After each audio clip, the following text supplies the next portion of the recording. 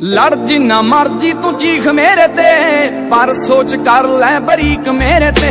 नीयत मेरी तां होगी लीक तेरे ते, तेरी निगाह क्यों है ठीक ठीक मेरे ते। जिन्नी मर्जी दफा हो जा मेरे तो खफा, जिन्नी मर्जी दफा हो जा मेरे तो खफा। मैं लऊंगा मना इकरार हो गया, रोवेगी मुकद्दरां नूं हीरे मेरीए। जे हीरियां दे हार जे यार खो गया डार्लिंग।